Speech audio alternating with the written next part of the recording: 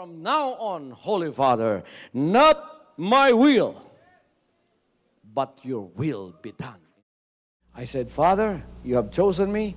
Give me the strength to obey. I will follow you no matter what it takes. If you know me, you cannot be neutral about me. Either you will hate me or you will love me. Because there is only one important business in the world. It is the business of salvation.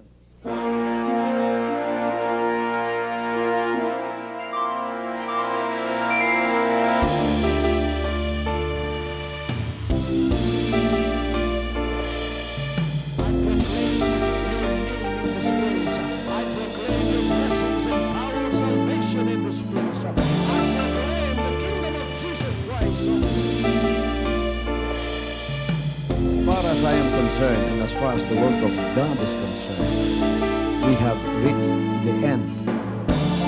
Last September 13, 2003. When you find God, you find His love. Because God is love. Ganon ang pag-ibig ng Panginoon. Walang katapusan na yan ay bumabalik-balik sa atin. If you want to receive, you have to give. Receive it by faith and say, Lord, I will touch up. Because the game plan of God was to save us from sin through the power of love. He has completed. His salvation works in the Spirit. After April 13, the door is open for everyone to come. The salvation works of the Father is now completed in me. Salvation is here.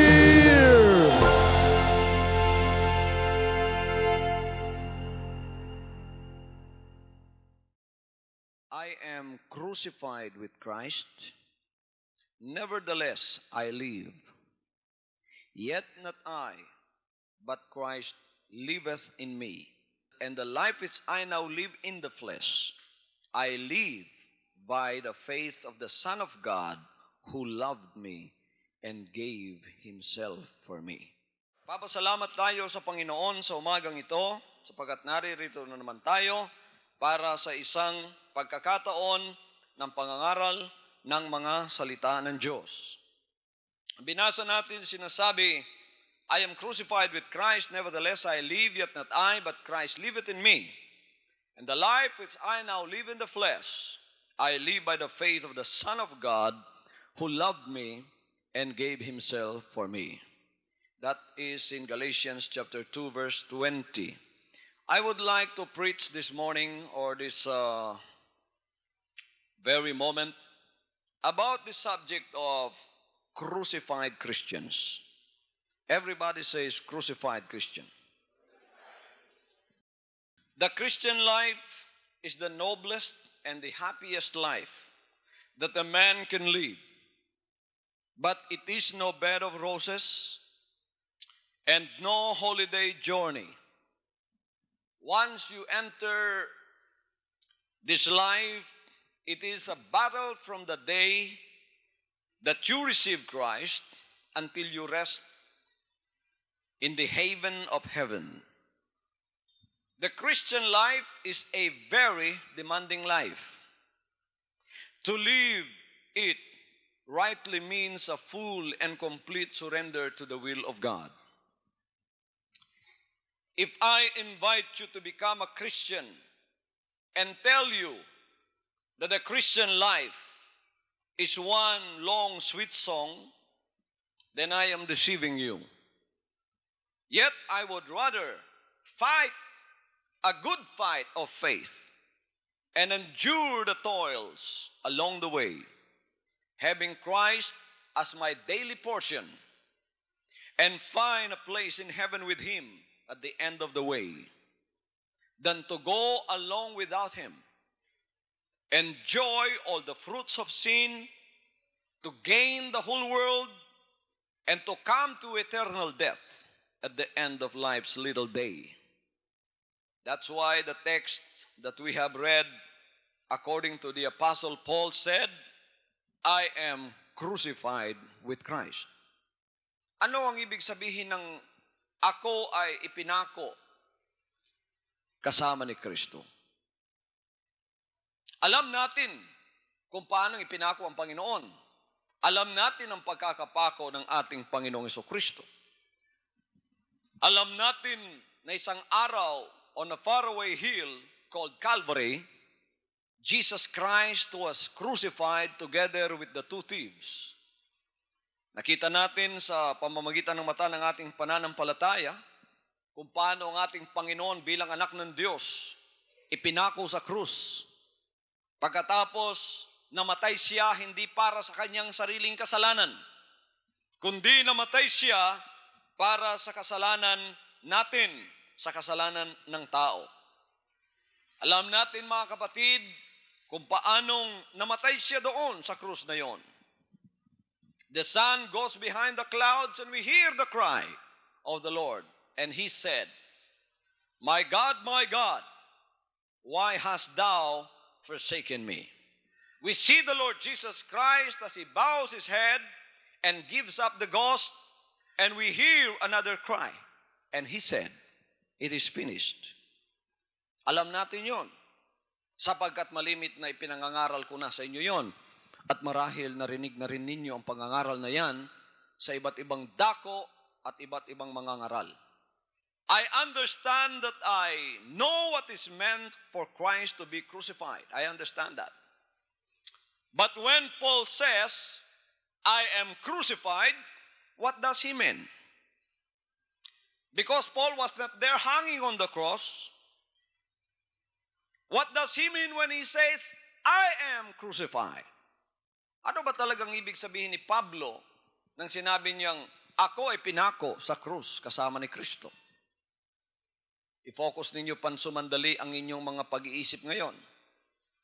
Alam ninyo mga kapatid, tayong mga Pilipino kuminsan mahina ang focus ng ating mga pag-iisip. Kaya madali tayong makatulog.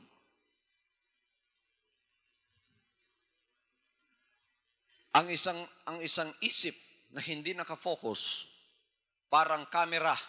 Tingnan yung camera, pagka hindi nakafocus yung camera, blurred ang nakikita mo sa lente. Pagka blurred ang nakikita mo sa lente, hindi mo naunawaan.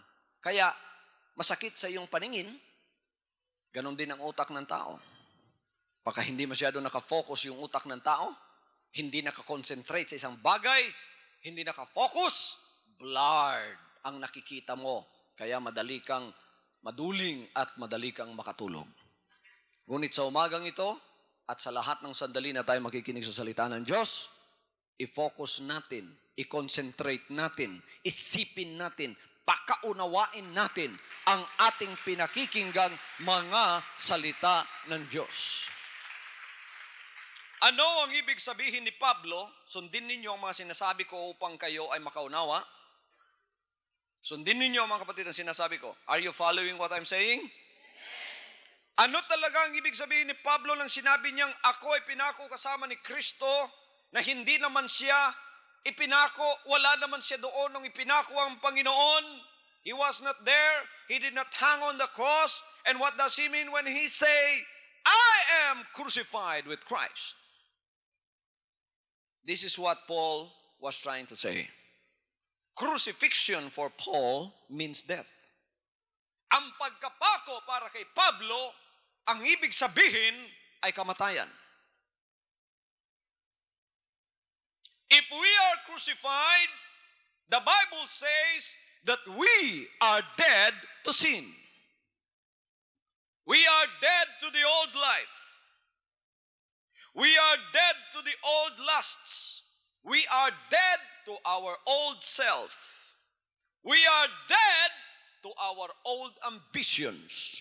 We are dead to the world. And then we take a stand over here with Christ.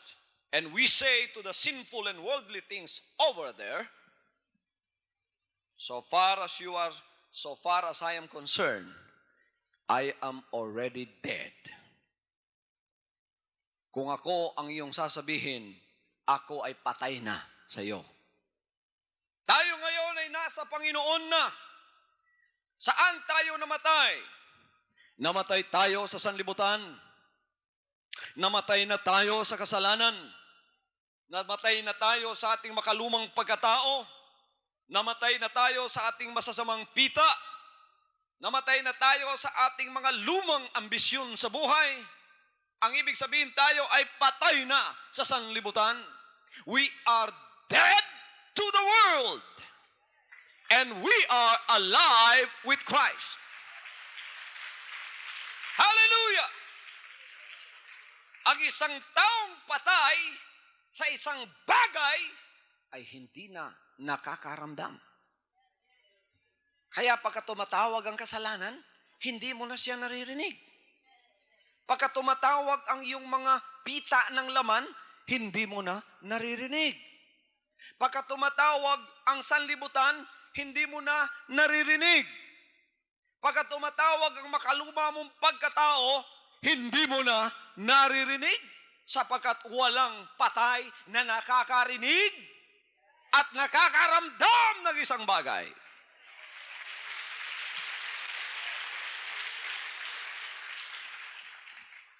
And you are now alive with Christ. Paul said, and the life which I now live in the flesh, I live by the faith of the Son of God who loved me and gave Himself for me. At ang buhay na ipinamumuhay ko ngayon, ipinamumuhay ko ito sa laman hindi na para sa akin, para na sa Panginoon na siyang umibig at nagbigay ng kanyang buhay para sa akin.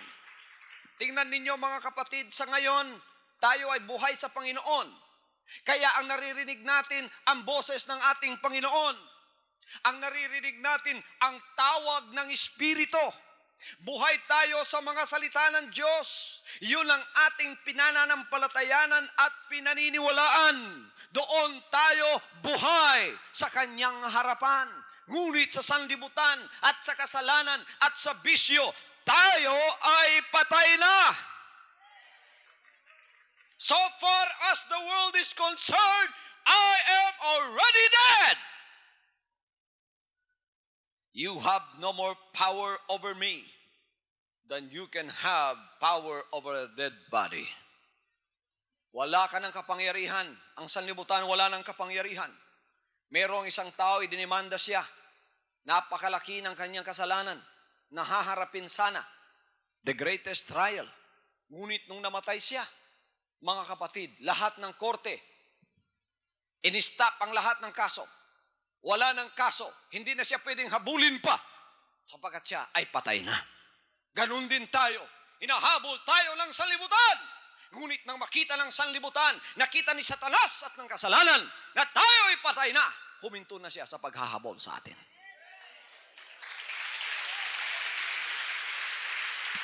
Kaya kayong mga Kristiyano na hanggang ngayon hinahabol ng kasalanan, may mga trials pa kayong mabibigat, meron pa kayong struggle sa buhay ninyo, at pagkatapos mga kapatid, napifeel ninyong hinahabol kayo, at parang hindi kayo mananaig laban sa humahabol sa inyo, buhay pa kayo. Ang gawin lang ninyo, ipako ninyo ang sarili ninyo katulad ni Pablo kasama ng Panginoon at kayo ay mamatay na sa sanlibutang yan upang matapos na ang kanyang paghahabol sa inyo. Paul is saying a great thing here. He did not reach that standard in a day. He did not reach that standard in a month. It was a long, hard process. It was very tedious. It will be hard for us too. But in the fight, we are promised the help of the same Savior who walked by the side of Paul and who says, I am with you always, even unto the end of the world.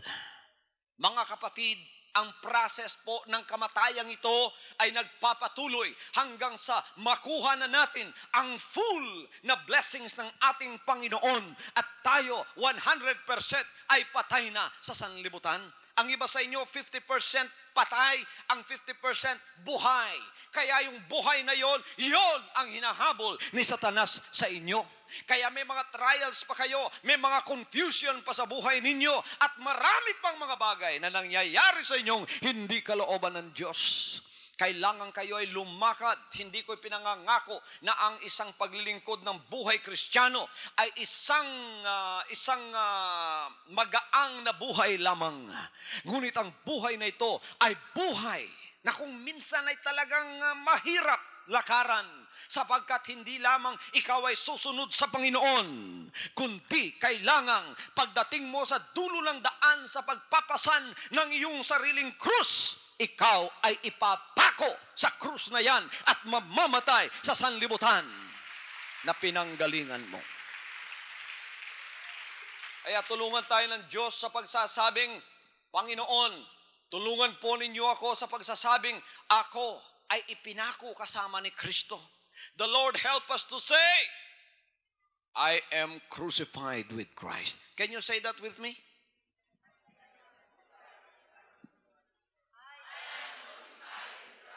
I am crucified with Christ. I am crucified with Christ. And here is the secret of being able to say that. Listen to the last part of the verse. The last part of the verse says, nevertheless I live. Nevertheless I live. Yet not I, but Christ liveth in me. Ngunit ako ay buhay. At si Kristo na ang nabubuhay sa akin. Buhay na ba si Kristo sa buhay mo, kapatid? Kung ganon, nakapako na ang iyong makalumang pagkatao. All things are possible to us if He is a living reality reigning over the throne of our hearts. All things are possible to you right now. When you are able to say, nevertheless I live, yet not I, but Christ liveth in me. And the life which I now live in the flesh, I live for the Son of God who loved me and who gave Himself for me. Then all things are possible for you. Wala nang mahirap na bagay sa iyo ngayon pagka nasasabi mong, ako ay buhay. Ngunit si Kristo ang buhay sa akin at ang buhay sa lamang ito na aking ipinamumuhay. Ipinamumuhay ko na para sa Kanya. Siya na ang nabubuhay dito. Kaya wala nang mahirap na bagay sa iyo, kapatid. Wa na'y malisod nga butang sa imuha, kay dili naman ikaw ang nabuhi, si Kristo naman ang nabuhi sa imong kinasuluran. Hallelujah. Are you able to say that with me? I am crucified with Christ. Are you able to say that with Paul? I am crucified with Christ. Everybody says, I am crucified with Christ. Nevertheless I live. Yet not I, but Christ liveth in me. And the life which I now live in the flesh, I live by the faith of the Son of God, who loved me and gave Himself for me. Ang ibig sabihin niyan, hindi na ikaw ang nakikita ngayon, ang nakikita ang Panginoon sa iyong buhay. Yung lumang buhay mo, patay na! At ang buhay ng Panginoon mo, ang buhay sa iyong buhay ngayon. Are you really crucified with Christ? Crucified with Christ. Ipinakong kasama ni Kristo. Tingnan ninyo mga kapatid, i-picture out ninyo ang taong ipinako. Gayon, sinasabi ron na ipinako kasama ni Kristo. Noon nakikita natin si Kristo lamang ang nakapako. Ngayon, sinasabi ng verse na ito, ipinako tayong kasama niya. Ano ang ipinako kay Kristo? Yung mga paan niya, ipinako. Kaya pagkat tayo ay kasamang nakapako sa Panginoon, kung Kristiyano tayo, kailangan ang ating paa ay ipinakong kasama niya. A Christian's feet should be crucified. Jesus' feet were crucified. They crossed his feet upon the upright beam of the cross and drove the long spike into them without pity. Those spikes tore through the flesh and the blood and the bones. Just imagine the agony of it. Isipin na lang ninyo ang sakit na dinanas ng Panginoon nang ipinatong ang dalawa niyang paa pagkatapos ipinako ng 10 inches na mga pakong 4 kantos dumaan sa kanyang laman at sa kanyang mga buto. Nakapako ang mga paan niya. Ngayon, sinabi ng banal na kasulatan, nakapako tayong kasama niya. Kaya ang mga paa ng isang Kristiyano ay kailangang nakapakong kasama ng ating Panginoon. If the feet of Jesus were crucified, our feet as Christians should be crucified too. What do we mean by crucified feet? Anong ibig sabihin ng mga paang nakapako? Well, we must be careful where they take us and never let them lead us into a place that will dishonor the Lord. Kailangan ng mga paa nating nakapako, mga kapatid, ingatan natin kung saan tayo dinadala ng mga paang yan. Kailangan hindi tayo dadalhin ng mga paang yan sa mga lugar na kung saan maaaring alipustahin ang ating Panginoon. Hindi na tayo dadalhin ng mga paa natin sa lugar ng kasalanan. Tayo ay dadalhin yan sa lugar lamang ng katuwiran. If our feet are crucified, then we will follow His wounded footsteps. Wherever He takes us, we will follow the Lord. Isang gabi, hinugasan ng Panginoon ang mga paa ng kanyang mga tagasunod, ng kanyang mga disciples. Alam ba ninyo, hanggang ngayon ang huhugas pa rin ng paa ang Panginoon? Gusto niya hugasan din ang ating mga paa? Bakit niya hinuhugasan ng mga paa ng kanyang disciples? Gusto niya malinis ang kanilang mga paa. Hanggang ngayon, gusto ng Panginoon malinis ang mga paa natin. Kayong mga Kristiyanong naririto, pagpasok ninyo sa pagsamba sa Kanya, malinis ba ang mga paa ninyo? Nakapako na ba yung mga paa ninyo? Saan galing yan nung Lunes? Saan galing yan nung Martes? Saan galing yan nung Merkules? Saan galing yan nung Huwebes? Nung Biyernes, saan galing yan? Nung Sabado, saan galing yan? Masasabi mo bang nakapako yan kasama ng ating Panginoon? Hindi ba nang galing yan sa lugar ng kasalanan? Baka nang galing sa lugar ng kasalanan yan, hindi pa nakapako ang mga paang yan. Pagka nakapako ang mga paan natin, dinadala tayo ng mga paang yan kung saan lumakad ang Panginoon, doon din tayo lumalakad na kasama niya. Hallelujah! Hallelujah!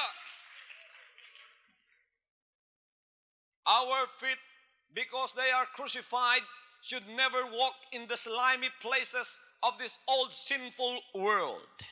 But on the contrary, they ought to go on many errands of mercy for the Lord.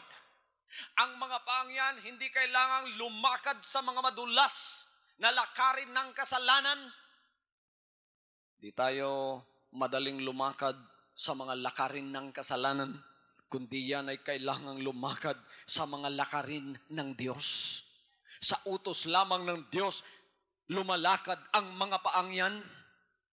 Biro ninyo kung minsan ang mga Kristiyano, pagka inuutusan ng sanlibutan, madaling lumakad para sa utos ng sanlibutan.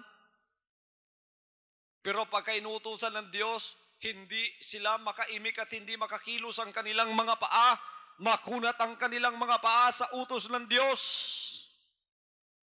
Anong utos ng Diyos? Sa araw ng linggo, kayo ay magsamba para sa akin.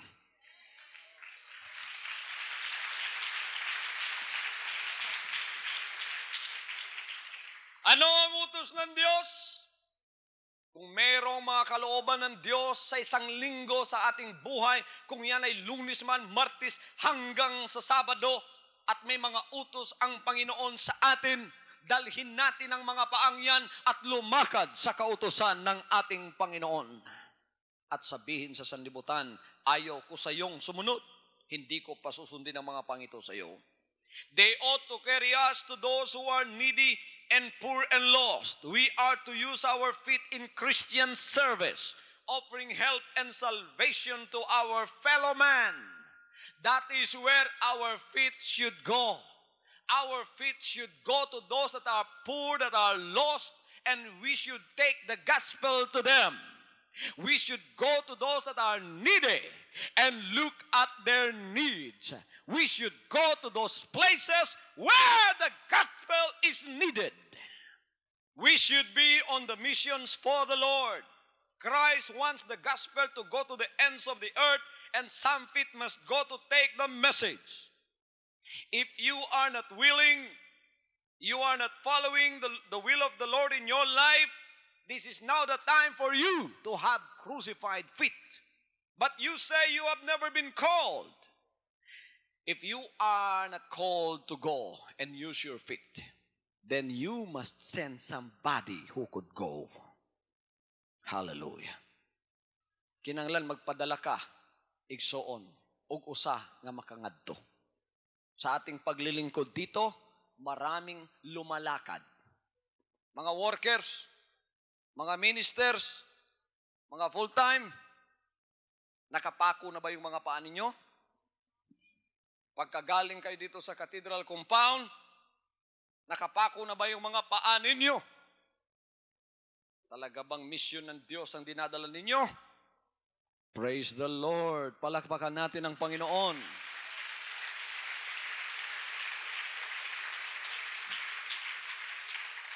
Sa Greek mythology, mayroong isang messenger ng mga Diyos nila. Ang pangalan niya ay si Mercury.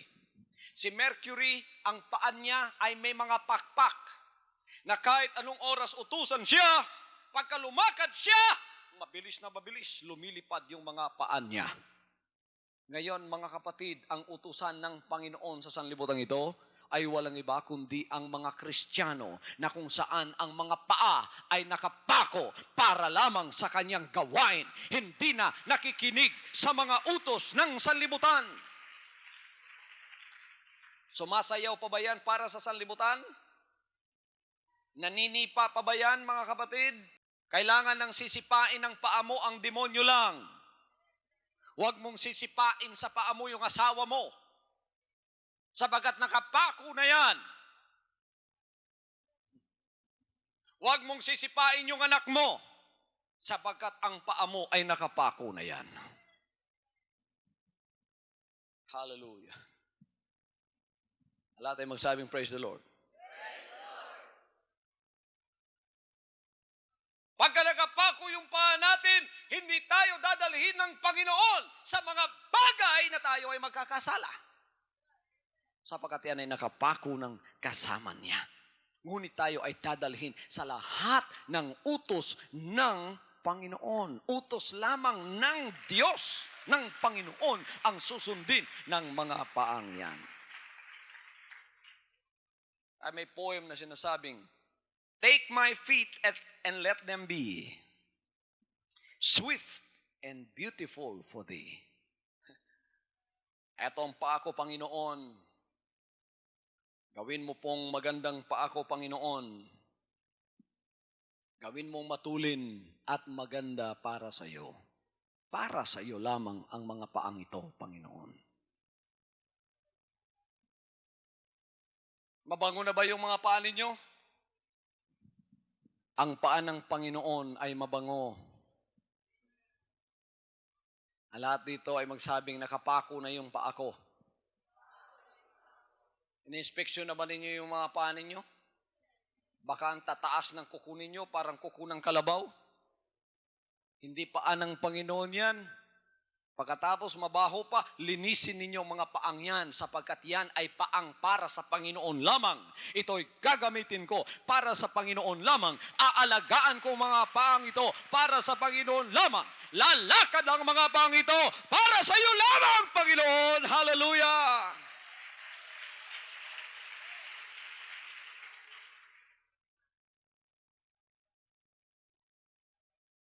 Yun lamang ba ipinako sa Panginoon, yung mga paalamang niya?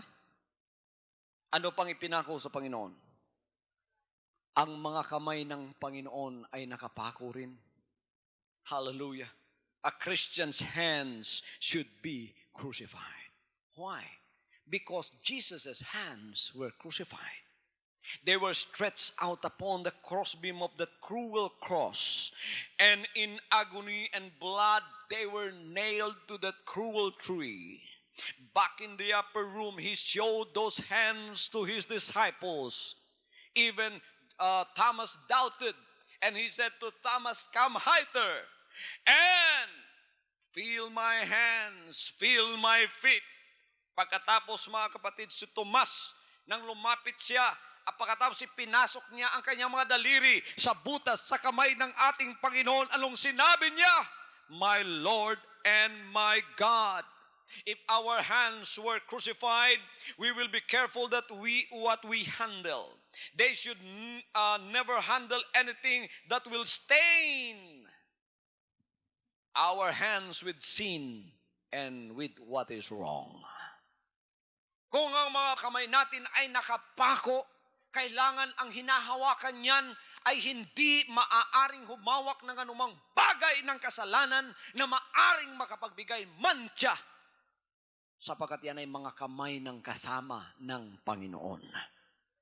The blessed pierced hands of Jesus were laid upon suffering human beings to bless them. But can you imagine Jesus holding anything sinful in those hands? If you want to be like Him, you must be careful what your hands handle, because those hands are now crucified with Him. Kailangan mag-ingat ka kung anong hinahawakan mo sa mga kamay na yan. Hallelujah. Jesus' hands would never hold anything tainted by dishonesty. Ang mga kamay ng Panginoon, hindi hahawak yan sa anumang bagay na hindi kalooban niya. Hindi hahawak ang kamay ng Panginoon ng anumang bagay ng dishonesty. Hindi hahawak ang mga kamay ng Panginoon ng anumang bagay ng hindi katuwiran o ng galing sa hindi katuwiran. Kaya hindi tayo humahawak ng perang ninakaw.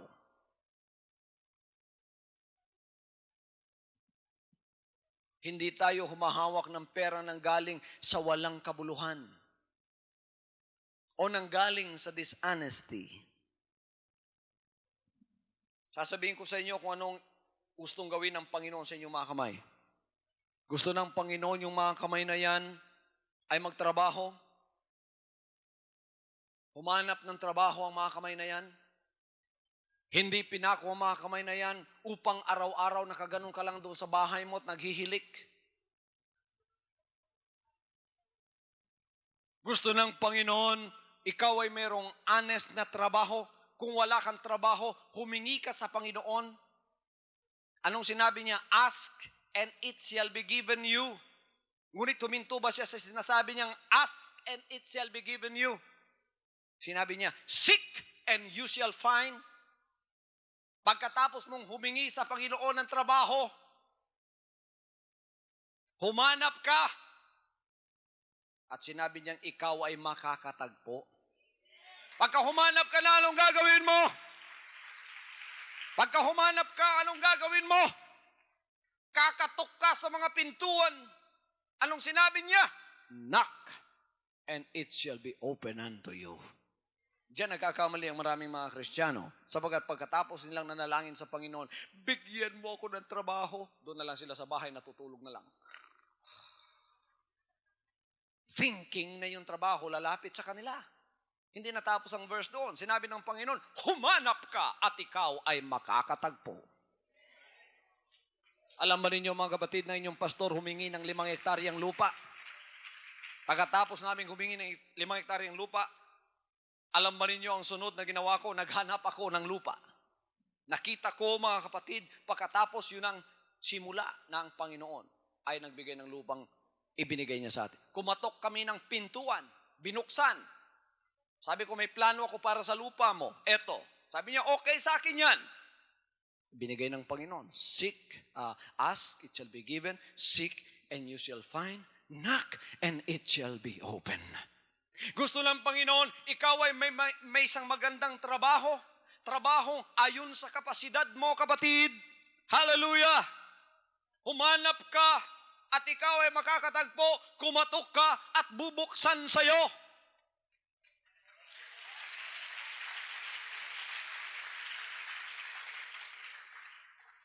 At pagkatapos na makakita ka na ng trabaho at may sweldo ka na, take that money. That is the fruit of your honest toil. Put aside his part for his work and lay your hands in blessing.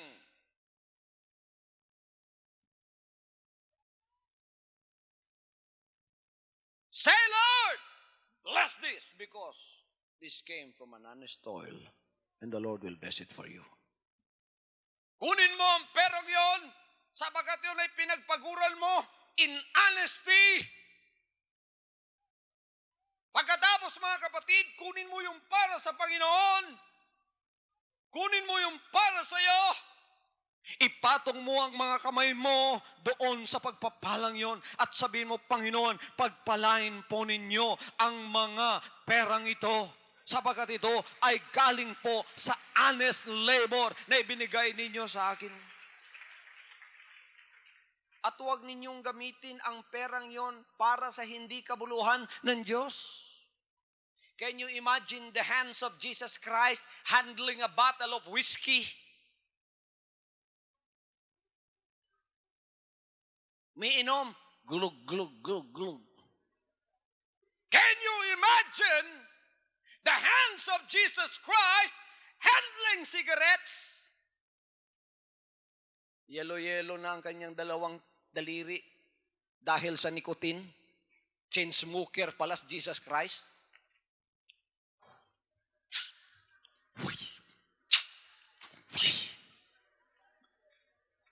Can you imagine his hands holding a cigarette on his hand? Oh, I can't imagine. Those are not the hands of Jesus Christ. Kung sinasabi mo, Kristiyano ka, ngunit ang mga kamay mo ay palaging nakasipit ng tabako, ipako mo ang kamay na yan kasama ng ating Panginoon.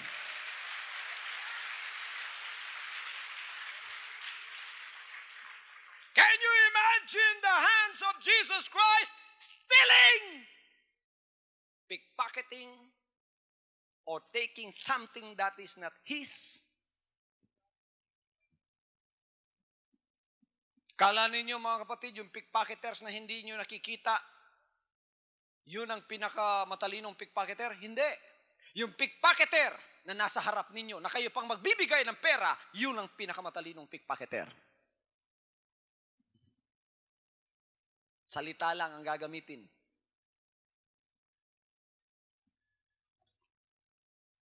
Walang Kristiyanong ganon.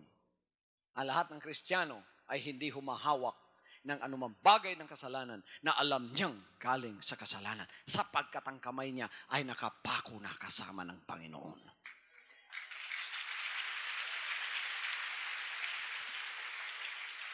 Hallelujah, hallelujah. Everybody say, praise the Lord. Ano pang ipinako sa Panginoon?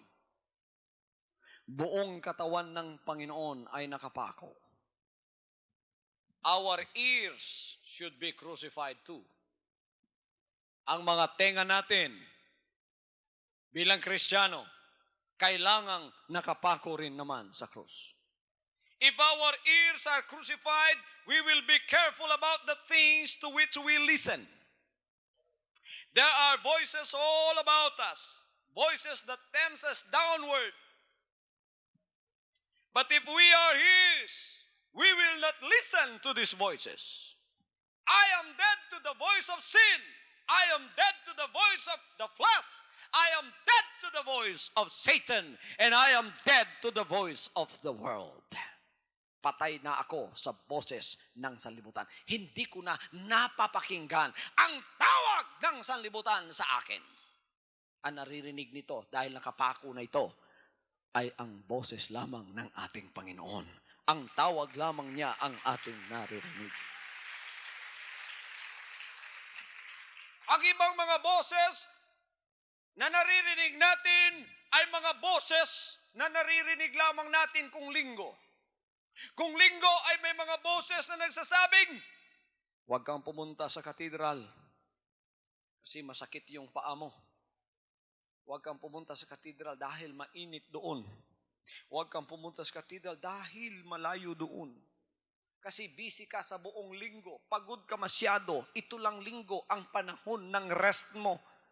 Ngayon ka lang magpapahinga. Karon ka lang mo pahulay.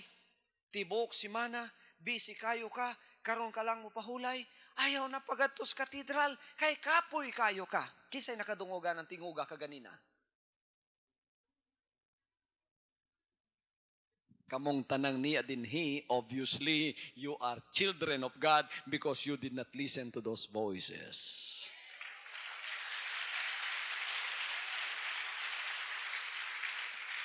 Hallelujah, hallelujah, hallelujah. When you hear the voice of the devil on a Sunday morning telling you not to go to the house of God, this is the voice of the devil. And you must tell the devil, devil, you know my ears are crucified. I am now a Christian. I will not listen to you. I will keep on listening to the words of God. If I listen in the morning service because there is a Sunday sermon in the morning service, there is also a Sunday sermon on the afternoon service. I will still listen to the words of God. I will listen to the words of God. Kung minsan gustong patungan ni Satanas ang napakinggan ninyo sa morning, sasabihin niya, okay, hindi kita mapigilan sa umaga, sa hapon na lang kita pipigilan, ngunit sa hapon pagka napigilan kita, nanatili ka sa bahay mo, ibang boses ang ipakikinig ko sa iyo. Pagka naroon ka na sa bahay mo, sapagkat nabigyan ka na ng justice, dahil lang konsensya mo sinasabi niyang, okay naman, nakapag-service ka naman kanina. Oh, okay naman yan. Kasi nagaling ka na sa simbahan. Ngayon, umupo ka na lang dyan, tapos buksan mo yung TV mo, manood ka na ng TV program. Anong napapakinggan mo doon? Yun ang mga awit-awit sa sanlibutan, kwarto o kahon, no? Pagkatapos, mga kapatid, tawa ka ng tawa doon sa bahay mo. Praise the Lord, praise the Lord. Pagkatapos, ninakaw na pala ng demonyo yung mga mensaheng narinig ng tenga mo noong umagang yon at ng kinabukasang umaga, ang naalala mo yung napakinggan mo sa tibing makasanlibutang programa. Wala ka na sa Panginoon. Kaya mga kapatid, isang araw ibigay natin ang ating tenga sa Panginoon, ang pakinggan natin mga salita ng Diyos. Ang iba sa mga boses na ito ay mga weekday voices, no?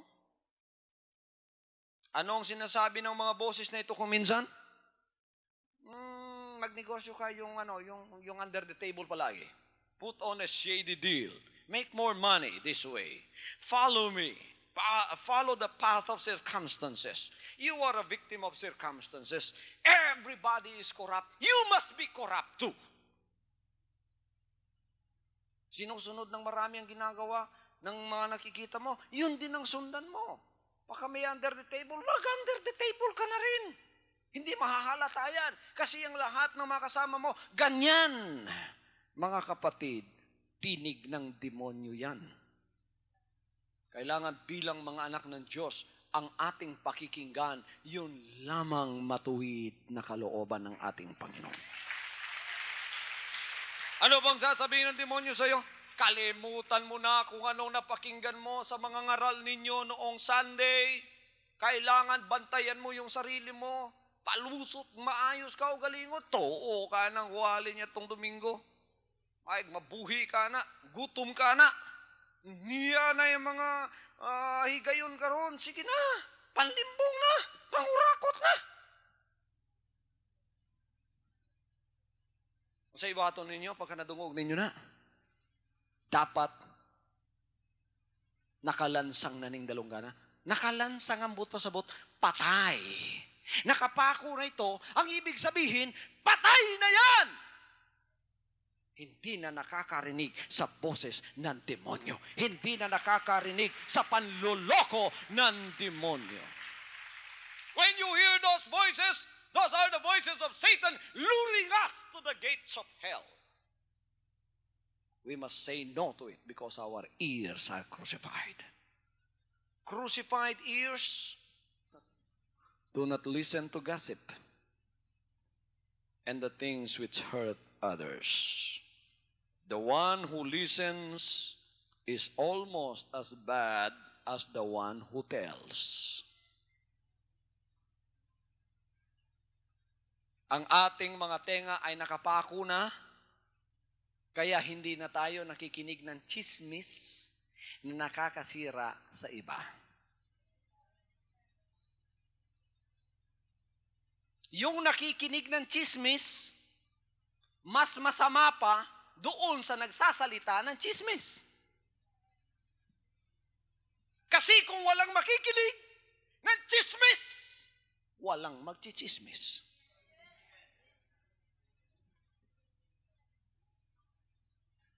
Pero maraming mga Kristiyano, hindi pa nakapako yung kanilang tenga. Kasi mga kapatid, malakas magpuri sa simbahan, pero yung tenga nila, pagka may chismis, masarap na kaganon silang lahat. Lalo na chismis na nakakasira sa iba. Naku, si Pastor Kibuloy, cult yan. Chismis. Paano ninyong masasabi sa buong sanlibutan na kayo ay mga anak ng Diyos kung ang inyong mga tenga ay nakatuon sa mga chismis? Dapat ang mga tengang yan nakapako na at hindi na nakikinig sa mga chismis na nakakasira. Ang pinakikinggan lamang niyan ay magandang balita.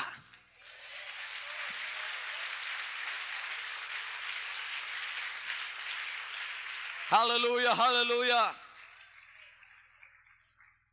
Tayong mga anak ng Diyos, hindi tayo dapat magchismisan. Pagkatapos yung mga tenga natin, palaging naka-standby sa chismis. My ears are standby for chismis. Can you say with Paul, I am crucified with Christ? Can you say with Paul, my ears are crucified for Christ? They will only listen to what is true. They will only listen to what is dignified. They will only listen to what is noble. They will only listen to what is the will of God. They will only listen to what is the word of God. They will only listen to something that will strengthen the faith. Amen. Kaya yung mga tenga natin, palakasin natin yun. Ipako natin kasama ng Panginoon. Yan ay ipinako. Patay na yan sa chismis. Patay na yan sa mga nakakasirang balita. Patay na yan sa nakapagpapanlupaypay sa pananampalataya. Patay na yan sa mga bagay ni Satanas. Buhay lamang yan para sa Kanya. Pinakikinggan yan, boses ng Panginoon. Pinakikinggan yan, salita ng Panginoon. Hallelujah! Pinakikinggan yan, mabuting balita lamang. Pagka kayo ay natitempt na makinig ng mga chismis, makinig ng mga nakakasirang balita, dapat sabihin ninyo, hindi ko na dapat gawin ito, nakapako na pala yung tenga ko. Pagka kayo ay nagsusuot ng Walkman, anong pinakikinggan ninyong music? Music ng sanlibutan? Sabihin ninyo, nakapako na yung tenga ko. Masarap pa ba sa iyo ang music ng sanlibutan? Kung masarap pa para sa iyo yan, Hindi pa nakapako yung tenga mo. Kailangan ngayon, pasimulan mo na ang Galatians 2:20. I am crucified with Christ, nevertheless I live, yet not I, but Christ liveth in me, and the life which I now live in the flesh, I live for the Son of God who loved me and who gave himself for me. Hallelujah, hallelujah. Do you love your fellow Christians like you love yourself? Well, what is the commandment of the Lord? The commandment of the Lord is to love your neighbor as yourself. Love your neighbor as yourself. Oh, I love my neighbor. Are you loving him as yourself? Maybe not. Maybe it's the love of Satan. Satan will tell you in your face, I love you. I love to kill you. Iinom ka ni Satanas, I love you. I love to estafa you. I love you. I love to swindle you. Ana Satanas, that's not the kind of love that we have. Ang love na to igsoon, it is the love of the Lord.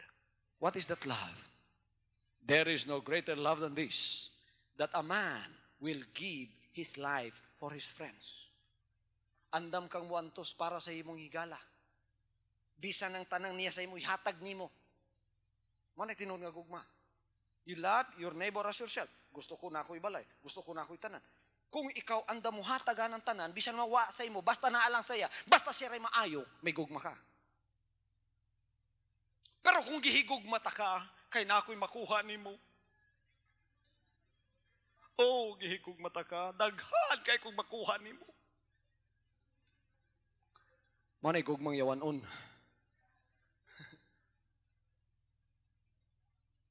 Pero kung minamahal mo yung tao tulad ng pagmamahal ng Panginoon, that is already the love of God. You are willing to suffer because of Him. You're willing to give everything. And when you give everything, there is no strings attached. No strings attached. Pagka ibinigay mo ang sarili mo sa Kanya, ibinigay mo ang lahat sa Kanya, siya ngayon ang na-prosper, ikaw ngayon na-purdoy, walang bali sa'yo. Hindi mo siya sisisihin. Hindi mo siya buybuyon. Bisan pamalikasan pa ko niya, bisan pamalikasan ka papagkauman. Gitagaan ta ka sa kwarta, gitagaan ta ka sa tanan, bisan pagi mo kung pamalikason pagkauman, maayo ragyapon ko sa imo ha, maunay tinuod nga gugma.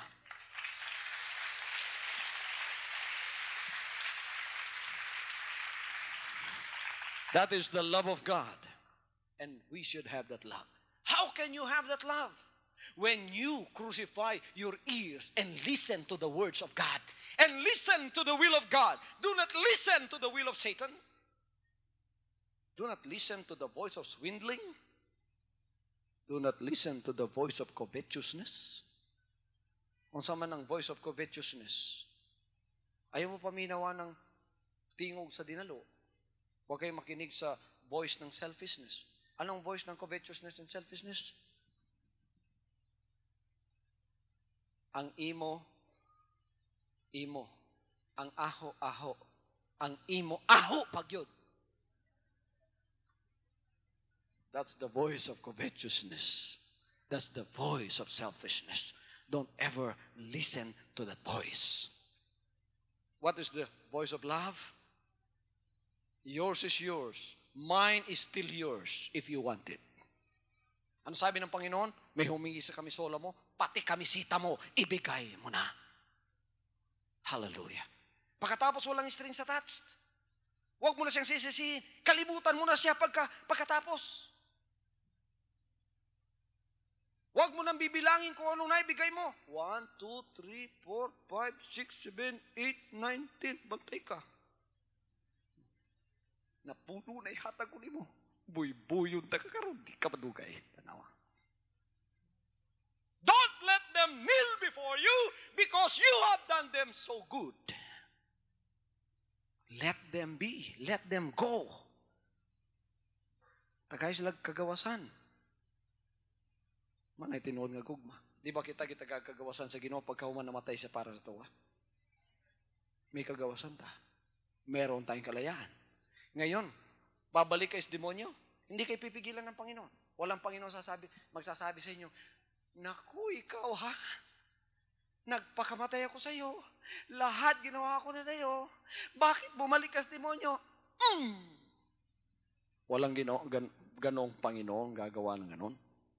May kalayaan ka kahit anong gusto mong gawin. Ngunit bakit tayo naglilingkod? Dahil mahal natin ang ating Panginoon.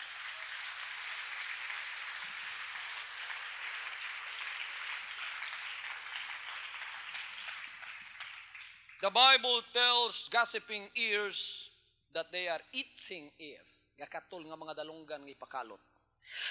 Ang katinang tenga ko, kailangang makinig ako. Hindi ako mabubuhay kung walang kakamot sa tenga ko. Yung kamot ng demonyo, yun ang chismis. Huwag kayo makinig ng chismis. If you are a chismoso, chismosa, you want to hear something detrimental about someone else.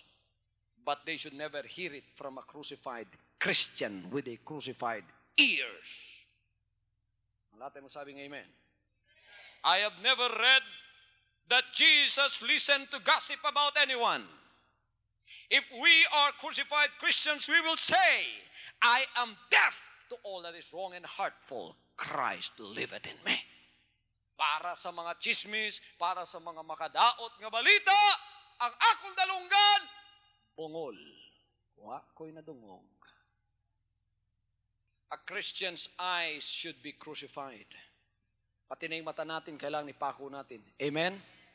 Isaiah was talking about Jesus when he said, his visage was marred more than any man. On the cross, his face must have been betrayed, battered beyond recognition. They pressed the crowns of thorns upon his brow. It pierced his eyebrows, and the blood covered his eyes. Yes, his eyes were crucified eyes. Look at the crown of thorn. Those Jerusalem thorn made into little crowns, and they do not fit the brow of Jesus Christ, that they have to put some little rope besides that crown and pull it downwards because it does not fit his brow. And look at those thorns piercing the skin of the head of Jesus Christ on his forehead and around his brow. Pagkatapos yung mga tinik na yon pumasok pa dito. Sinasabi ni Isaiah, ang kanyang paningin ay naging malabo. Bakit mga kapatid? Sapagkat ang mga tinik na yon ay pumasok hanggang dito sa kanya, palibot ng kanyang mata, hanggang hindi na siya masyadong nakakakita. Bilang mga Kristiyano, ang ating mga mata ay mata ng Panginoon at ang mga matang yan ay mga nakapakong mata. If our eyes are to be crucified, we must be careful at what they look. Kailangan mag-ingat tayo. Kung tayo, ang mga mata natin ay nakapakong kasama ng Panginoon, mag-ingat tayo sa ating tinitingnan. There are so many things today that make an appeal to the eyes, and through the eyes to the lower passions. The world uses color and light to lure us downward. For proof of this, go to the newsstand and look at the pictures thereupon. And the various magazines. If our eyes are crucified, we must look away from those things. Ang ginagamit ng demonyo maraming beses ay ang mata ng tao para i-arouse ang kanyang lower animalistic passions.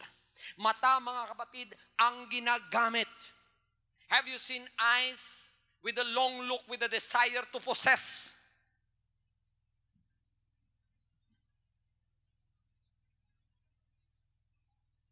Look at the newsstand. When you walk on the streets of the city, ano ang mga bagay na nakapapalingon sa iyo? Minsan, mga kapatid, lumalakad ka.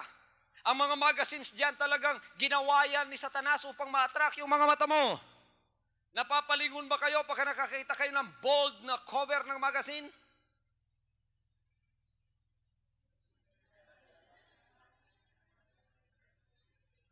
O kaya yung mga bomba na mga sine, nakuwang lalaki ng mga billboard, mga kapatid, naglalakad ang isang Kristiyano, sinubukan yung mga mata niya, kung yan ay nakapako na ba sa krus, naglalakad siya, isang lingon. Napalingon. Ang pangalawang tingin, last na yon.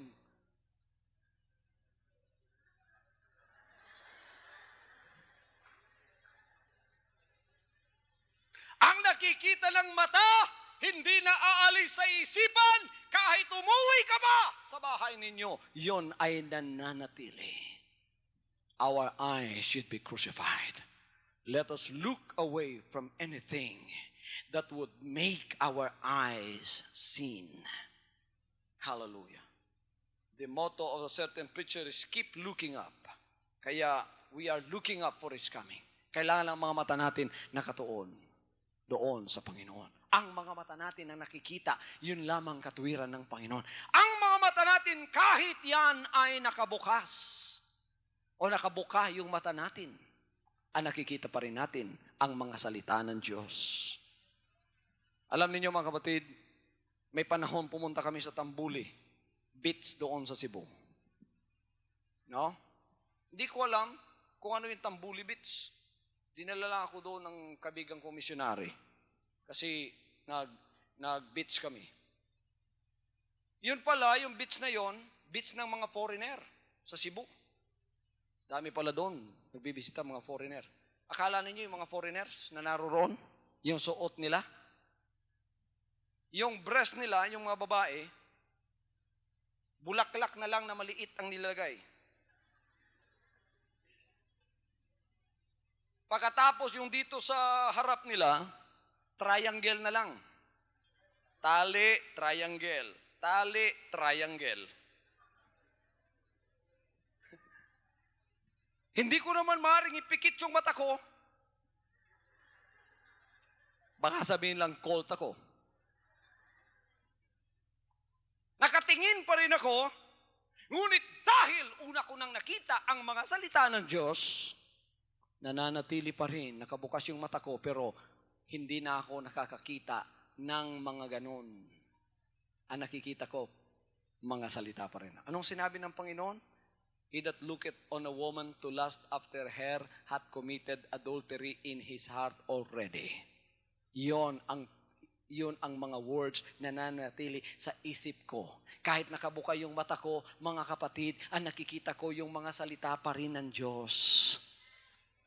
Nananatiling malinis pa rin ang ating mga isipan sapagat nakita na natin yung mga salita ng Diyos. Hanapin ninyo ang salita ng Diyos. Tingnan ninyo sa mga mata ninyo ang salita ng Diyos. Nakapako na ang mata natin sa pita ng laman. Mga mata natin hindi nakatingin dyan. Lahat ay magsabing, praise the Lord. Meron namang iba, uwi sa bahay nila, kahit nakapikit yung mata nila, naku, ang liwanag. Nakapako na ba yung mga mata mo? Kapatid, nakapako na ba yan? Hindi na ba yan nanonood ng bold na magazine? Hindi yan nanonood ng mga bold na mga sine? Mga bold na palabas? Wala ng mga Kristiyanong gumagawa ng ganyan. Lahat ng mga anak ng Diyos, nakapako na ang kanilang mga mata para lamang sa kalooban ng ating Panginoon. Okay, everybody say praise the Lord. Gamitin natin ang mga mata natin para lang sa Panginoon. Everybody say amen. Sana gagamitin ng Diyos ang mga mata natin para makapag-unite ng mga Kristiyano kahit saan man. Ngunit hindi maiwasan kung minsan meron pa rin mga snake eyes. Mata ng ahas. Kinsay akong lamyon tokbon din he.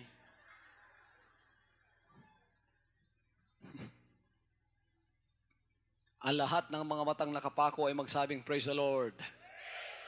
Yan ay para sa Panginoon na lamang. Yan ay para sa Kanya na lamang. Wala nang iba pa. Hallelujah! Christian's tongue should be crucified. A Christian's tongue should be crucified. James says some practical things about the tongue. He says that you can put bits in the mouths of horses and turn them wherever you want to, but no one can tame the tongue. We turn a great ship in its course with a little rudder, but not so with the tongue. He tells us that fire is a very destructive thing, but that the tongue burns quicker than any flame. He tells us that we can tame all manner of beasts, but that the tongue can never be tamed. Now, if we use our tongues for Him, we will never wag them unnecessarily. Here is a prayer that all of us ought to pray. Lord, help me to keep my mouth shut. Ang lahat ay magsabing, Lord, help me to keep my mouth shut. Tulungan mo ako, Panginoon, na yung bibig ko sealed. Kung nakakasira, kagatin mo na lang yung dila mo. Halimbawa, natitem kang magsasalita ng hindi maganda, kagatin mo yung dila mo. Ano lang ang lalabas dyan? Kailangan ang mabuti lang, yung nakakapagpalakas lang ang lalabas dyan. Kasi naririyan ang issues of life and death. The issues of life and death are in the tongue. If you open your mouth and use your tongue, it may kill or it may make alive. It may kill or it may make someone live. Pagka inopen yung bibig ninyo, mga kapatid, maring pumatay yan at maring bumuhay. Tingnan niyo, pagka inopen nyo, nagkamali kayo. Yung kaluluwang sinabihan ninyo, mamamatay yon sa kanyang paglilingkod. Pagkatapos manlulupaypay, kayo ang dahilan, sinaksak ninyo sa pamamagitan ng inyong dila. Ang sinabi ninyo, hindi nakapagpalakas sa Kanya. Sasagutin mo sa Panginoon yun. I've seen this happen in the church. One tongue started wagging, then another and another. Soon the church was split to pieces. I've seen churches split to pieces. The work was hurt and the people were divided. The young people left the church and went out into the world, while the devil laughed with glee. Ang atin dito is management with result. Napakarami dito, mga dila, kailangan may pako kasama ng ating Panginoon. Sa Kristiyanong pamumuhay, kailangan may pako, napakaraming dila, mga kapatid, at ang iba, mga Kristiyano pa naman tinatawag. Sinong naninira sa ministry itong number 1? Born again. Born again. Sino naninira sa ministry ito? Hindi yung mga ibang relihiyon na alam nating wala sa Panginoon. Born again. Yung born again. I am a born again. Oh, you are? Yes. You know what happened to Kibuloy? He is a cult. Born again to. Sultian na born again. Kamong mga born again, sinasabi ninyo, born again kayo, pero yung dila ninyo, napakataas naman.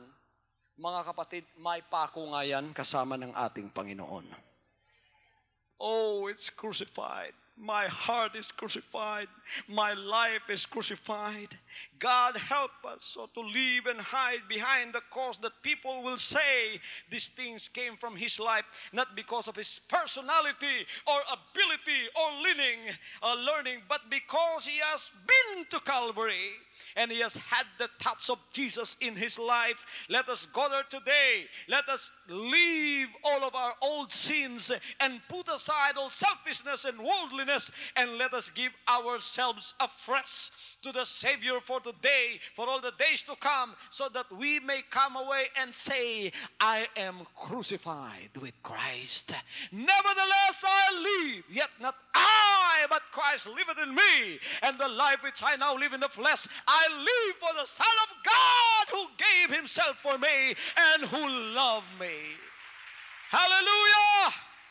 May we say together with Paul, I'm crucified, my feet are crucified, my hands are crucified, my tongue is crucified, my eyes are crucified, my ears are crucified, my body, my life, my emotions, my attitude, my leanings are all crucified with Christ. And I now live so that Christ will be seen in me. I am not seen anymore. My dead old self is still dead. It will remain dead.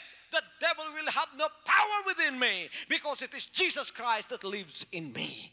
And His life is going to show forth as a light shining upon the dark parts of this world. Hallelujah. Buhay tayo sa Panginoon.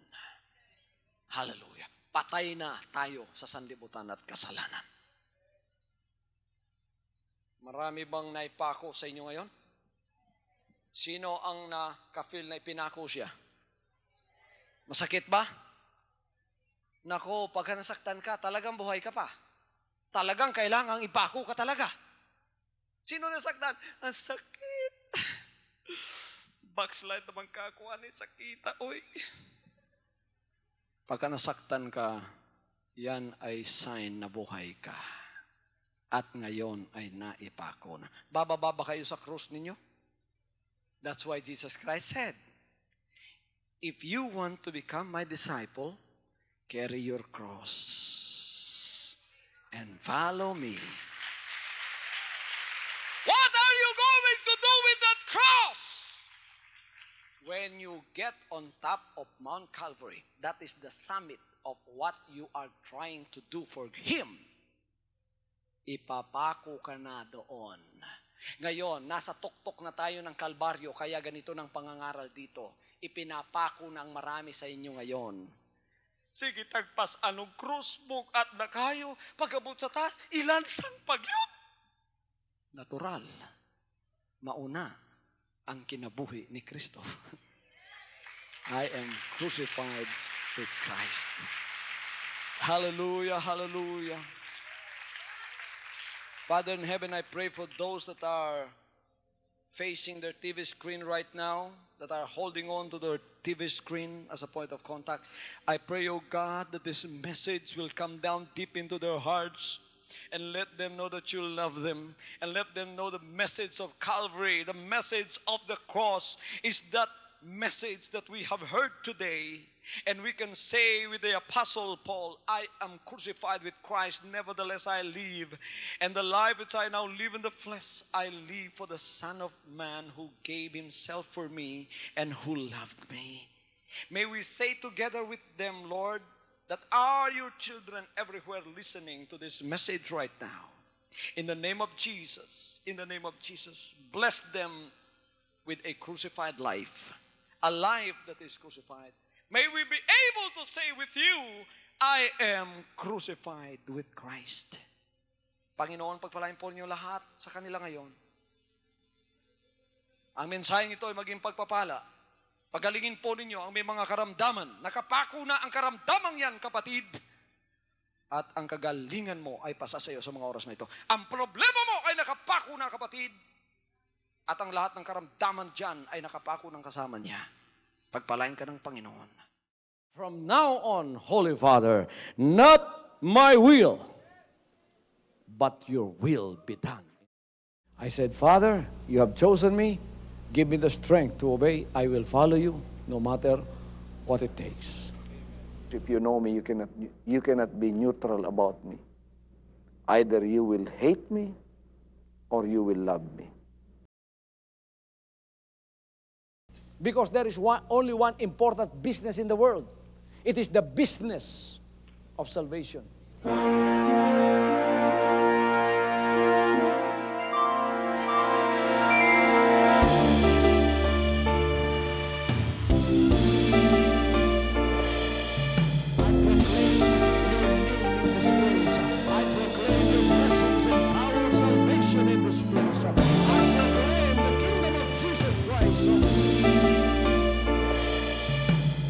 As I am concerned, and as far as the work of God is concerned, we have reached the end. Last September 13, 2003. When you find God, you find His love. Because God is love. Ganon ang pag-ibig ng Panginoon. Walang katapusan na yan ay bumabalik-balik sa atin. If you want to receive, you have to give. Receive it by faith and say, Lord, I will touch up. Because the game plan of God was to save us from sin through the power of love. He has completed. The salvation works in the Spirit. After April 13, the door is open for everyone to come. The salvation works of the Father is now completed in me. Salvation is here.